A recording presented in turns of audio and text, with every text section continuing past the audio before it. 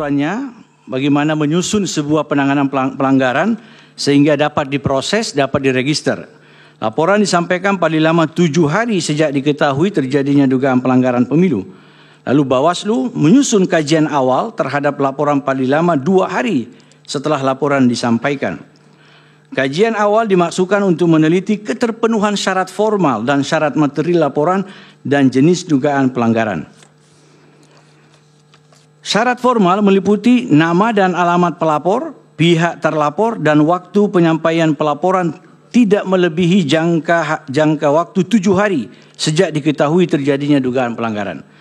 Kemudian syarat material meliputi waktu dan tempat kejadian dugaan pelanggaran pemilu, uraian kejadian dugaan pelanggaran pemilu, dan bukti.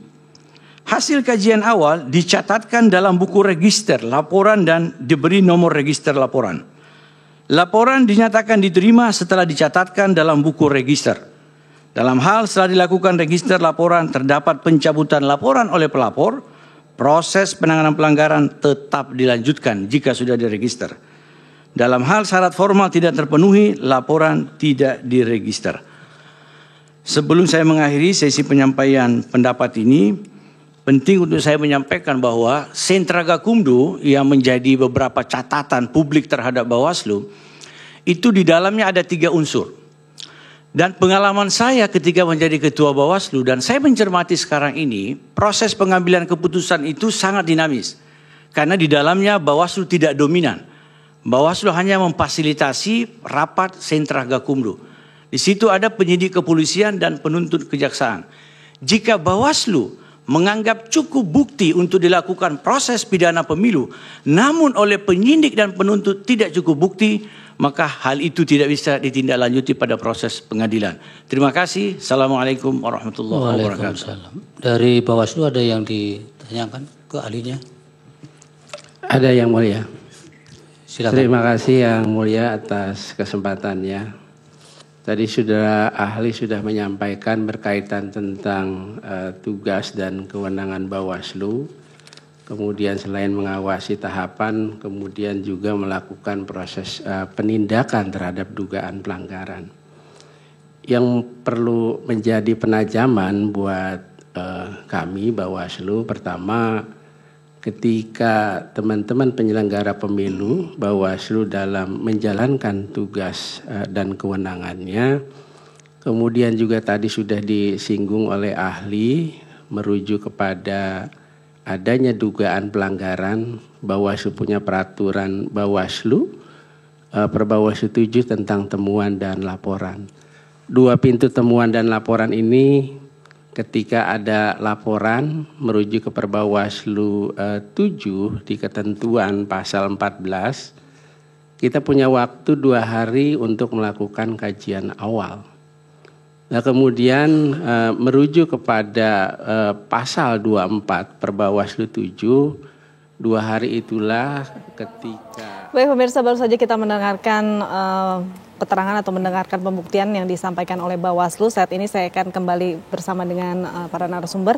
Prof. Asrun, ini kita sudah mulai pada Bawaslu. Apa sih yang harus dibuktikan oleh Bawaslu ini di sidang kali ini? Jadi gini ya, rejim hukum pemilu Undang-Undang Nomor 7 tahun 2017 itu membagi. Ada tugas Bawaslu, yaitu dia terima pengaduan, ada sengketa proses dan segala macam, termasuk pelanggaran.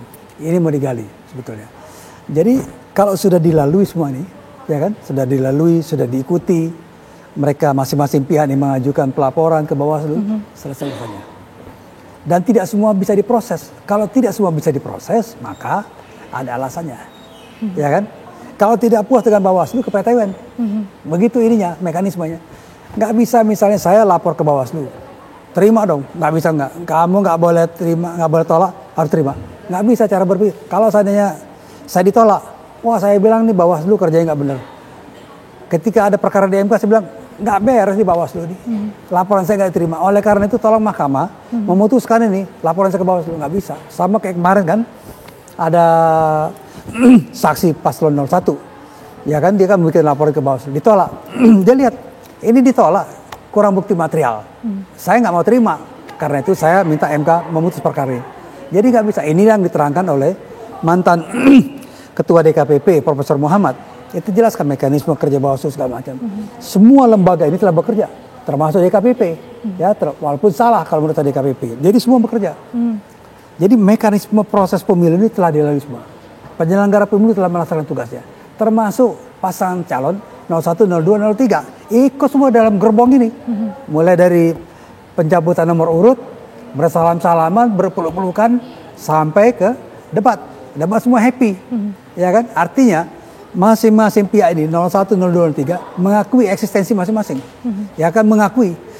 Kalau mengakui artinya ikut debat. Kalau dia nggak mengakui, ada yang bermasalah. Oh, saya ngapain berdebat dengan orang bermasalah? Saya nggak mau. Ya kan? Malah bisa ekstrimnya, dia bisa minta ke Mahkamah Agung mengeluarkan putusan misalnya, atau gugat pengadilan, tunda nih pemilu, saya nggak mau kayak gini. Tapi semua ini happy. Harusnya dari awal ya? Dari awal. Jadi ini ada semacam, kalau menurut saya, ini ada ekspresi ya, ekspresi. Mungkin Profesor Juanda bisa terangkan nanti, bahwa sebetulnya gugatan ini, walaupun itu hak konstitusional orang menggugat, tapi gugatan 01, 02 dengan segala macam tuduhannya, 03. Ya 03 ya, merefleksikan ada sikap tidak jujur, ya kan? Tidak jujur. Dulu berdebat happy-happyan, kok nggak ngakui Gibran, malah Gibran pengen dicopot katanya. Ini artinya sikap tidak jujur. Kalau sikap tidak jujur, itu bukan sikap seorang negarawan, padahal menjadi presiden itu adalah harus bersikap negarawan. Dan kesatria. Jadi saya lihat ini enggak lah, walaupun sekali lagi ya, hak untuk mengajukan keberatan ke MK itulah hak konstitusional, ya kan? Tetapi ada catatan, ya mereka telah bersikap tidak jujur, kira-kira gitu. Baik, ini kan sebelumnya dalam sidang sebelumnya Hakim menyatakan bahwa Bawaslu ini dianggap terlalu diam saja dan pasif dalam menangani pelanggaran di pemilu 2024 ini. Prof, melihat Bawaslu memang pasif apa seperti apa? Ya, saya kira ada kecenderungan pasif, saya setuju itu. Ya harusnya kan di dalam Undang-Undang 7/2017 dia akan ada temuan, ada pengaduan. Temuan itu dia aktif harusnya begitu, ya kan?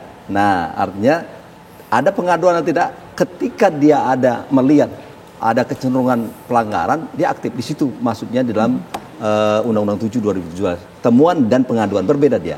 Kalau pengaduan jadi masyarakat yang aktif mengadu, tapi kalau temuan Bawaslu itu sendiri. Nah, terlepas dari semua, saya kira begini ya. Ini kan berproses. Memang ya debat tebal antara termohon terkait sebagaimana saya ungkapkan tadi, pemohon itu memang ya kodrati lah dalam sebuah proses pemilu ya, sehingga berujung ke MK.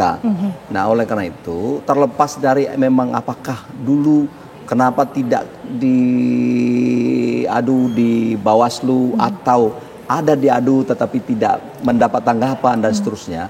Apapun menurut saya itu ya,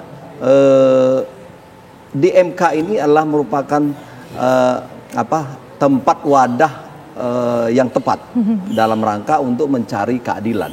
Nah, urusan nanti tepat tidak tepat dalam konteks itu kan hakim yang menilai nanti ya.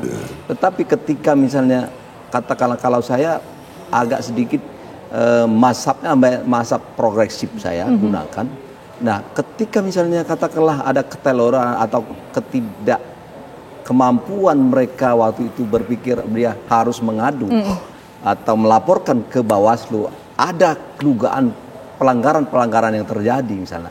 Katakanlah ini katakanlah pelanggaran proses katakanlah. Ini yang sering saya lihat itu dari terkait dan termohon selalu ini kan termasuk Pak Otto mengatakan ini salah kamar. Nah, itu karena berdasarkan Undang-Undang 7/2017 itu dia katakan ini salah kamar karena harusnya dulu di Bawaslu kan gitu, tapi tidak dilakukan. Nah, saya ingin sedikit menetralisir. Artinya apakah pertanyaan saya ketika seseorang misalnya tidak mengadu sehingga dilarang untuk ini? Saya kira tidak. Menurut saya sah dia mengadu melakukan perjuangan di Mahkamah Konstitusi. Nah, artinya dalam kerangka memperjuangkan keadilan, keadilan yang substantif kalau saya dengar dari mereka.